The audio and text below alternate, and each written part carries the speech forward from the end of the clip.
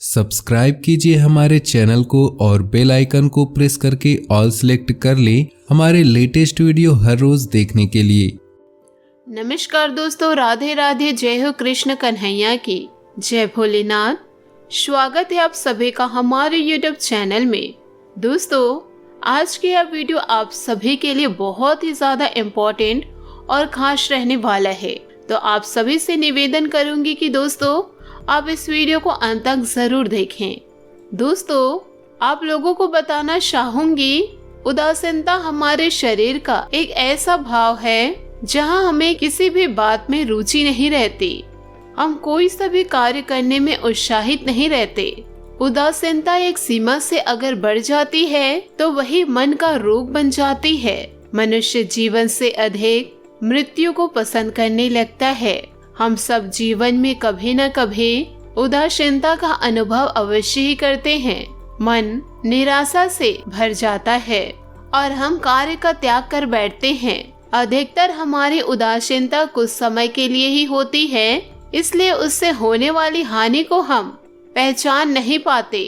किंतु उदासीनता धीरे धीरे आदत का रूप धारण कर लेती है और हम बार बार उदासीनता के कारण हाथ पर लिए गए कार्य अधूरे छोड़ देते हैं। क्या सबके साथ ऐसा नहीं होता? तो दोस्तों, वास्तव में उदासीनता क्या है? इसका जन्म कहाँ से होता है? इससे छूटने का उपाय क्या है?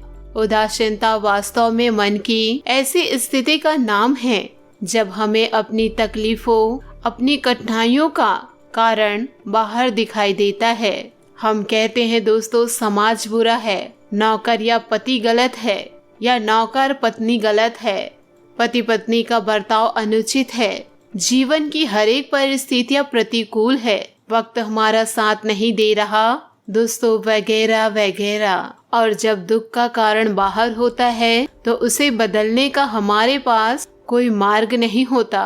क्या यह सत्य नहीं है? हम समय को किस प्रकार बदल सकते हैं, परिस्थितियों में कैसे परिवर्तन ला सकते हैं, अर्थात हम स्वयं को निसहाय मानने लगते हैं और वहीं से उदासीनता का जन्म होता है। क्या यह सत्य नहीं? क्या हमारी सारी विपत्तियां, हमारे बुरे हालात क्या दूसरों के कारण हैं? क्या हमारा परिवार हमारा शत्रु है? क्या समाज दुश्मन है? या हमारी परिस्थितियां हम स्वयं निर्मित करते हैं? विचार कीजिए, पतझड़ में पत्ते गिरा देने वाली ठंड क्या वृक्ष के साथ दुश्मनी कर रही है? नहीं, ऋतु चक्र तो अपना कार्य करता है। उसे ना तो पेड़ के साथ दुश्मनी है और ना ही दोस्ती। ऋतु चक्र के साथ अनुकूल हो जाना वृक्ष का कर्तव्य है। ठीक इसी प्रकार समाज किसी व्यक्ति का ना ही मित्र होता है और ना ही शत्रु। समाज को जिससे लाभ मिलता है तो समाज उन्हीं का मित्र बन जाता है। अर्थात समाज प्रतिकूल तब बनता है जब हम समाज के प्रतिकूल बनते हैं। ऐसे ही व्यक्तियों के बीच में भी होता है। हम जिसे प्रेम करते हैं वह हमें प्रेम देता है, हम जिसे लाभ देते हैं वह हमें लाभ देता है। हमारे हालात बदलने के लिए हमें स्वयं अपने आप में परिवर्तन करना पड़ता है। दोस्तों, इतना समझ लेने पर स्वयं में परिवर्तन करना कठिन नहीं, अर्थात जीवन में उदासीनता का कोई कारण ही नहीं, केवल अपने आप में परिवर्तन करना पर्याप्त है। इसे दोस्तों अवश्य विचार कीजिएगा। दोस्तों, अगर जिंदगी में आपको गुलामी ही करनी है तो अपनी मेहनत और अपने सपनों की करना।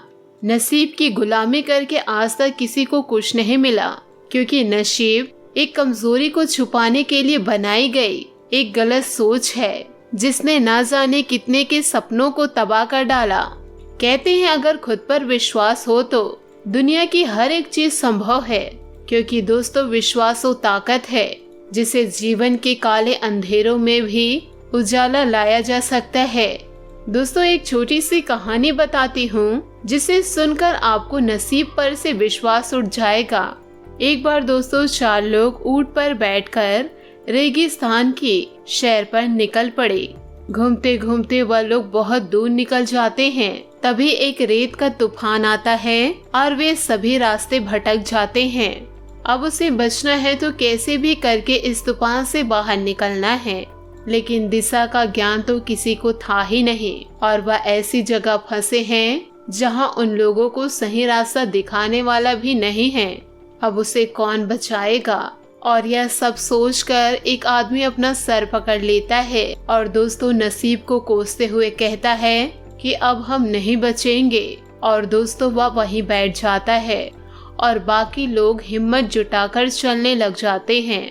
जब दूर तक रास्ता नहीं दिखाई देता है तो उसमें से दूसरा आदमी भी हिम्मत हार के बैठ जाता है। फिर कुछ और दूर जाने के बाद उसमें से तीसरा आदमी थक के बैठ जाता है। लेकिन दोस्तों उसमें से जो चौथा आदमी देखता है कि चारों ऊंट अभी भी चलते जा रहे हैं, उन्होंने हार ही नहीं मानी है। उनको विचार आता है कि मुझसे अच्छे तो ये जानवर है जिन्होंने अभी तक उम्मीद नहीं छोड़ी है। बस दोस्तों यही देखकर वह तय कर लेता है कि यह बेजुबान जानवर अपना जीवन बचाने के लिए इतना संघर्ष कर सकते हैं तो मैं इंसान होकर कैसे हार मान सकता हूँ। फिर दोस्तों वह चलना शुरू कर देता है। फिर अंत में वह रेगिस्तान को पार ही कर लेता है। फिर उसे अपनी मंजिल दिखाई देने लगती है और वह अपने रास्ते पर आगे बढ़ जाता है। दोस्तों हम भी कभी जिंदगी में ऐसे रास्ते पर आकर खड़े हो जाते हैं जहां ना तो हमें रास्ता दिखाई दे रहा होता है और ना ही हमें कोई रास्ता बताने वाला मिलता है। हमारे बचने का बस एक ही तरीका होता है, बस वह है कि हम अपनी हिम्मत जुटा करके पूरे हौसले के साथ आगे बढ़ते रहे। अगर हम दोस्तों निराश होकर या थक कर बैठ जाएंगे तो हमारी भी जिंदगी वहीं पर खत्म हो जाएगी और आगे हमारी कौन सी मंजिल इंतजार कर रही है हमें पता ही नहीं चलेगा। इसलिए दोस्तों खुद को कभी भी नसीब के सहारे मत छोड़ना। अगर तुमने अपने ऊपर आई मुसीबतों को नसीब समझ लिया तो दोस्तों आप जिंदगी भर ऐसी रोते रह जाओगे। लेकिन आप उन नसीबों को हरा दिया और यह गलत नसीबों का सामना करके उन्हें धूल चटा दी। फिर दोस्तों आप अपनी सफलता की कहानी लोगों को सुनाओगे।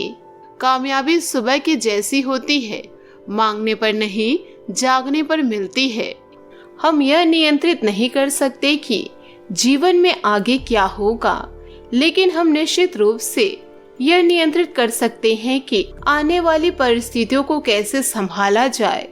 दोस्तों उम्मीद करती हूँ कि आपको यह वीडियो बहुत अच्छी लगी हो तो हमें कमेंट के जरिए ज़रूर बताइएगा। और यदि आप हमारे चैनल पर नए हैं तो चैनल को सब्सक्राइब करके बेल आइकन को प्रेस करके ऑल पर सेलेक्ट करिएगा ताकि ऐसे ही ज्ञानवर्धक वीडियो आपको समय से मिल सके और इसका लाभ आप उठा सके। आज के लिए बहुत बहुत धन्यवाद। मिलते हैं अगली वीडियो में। आपका दिन शुभ हो, मंगलमय हो।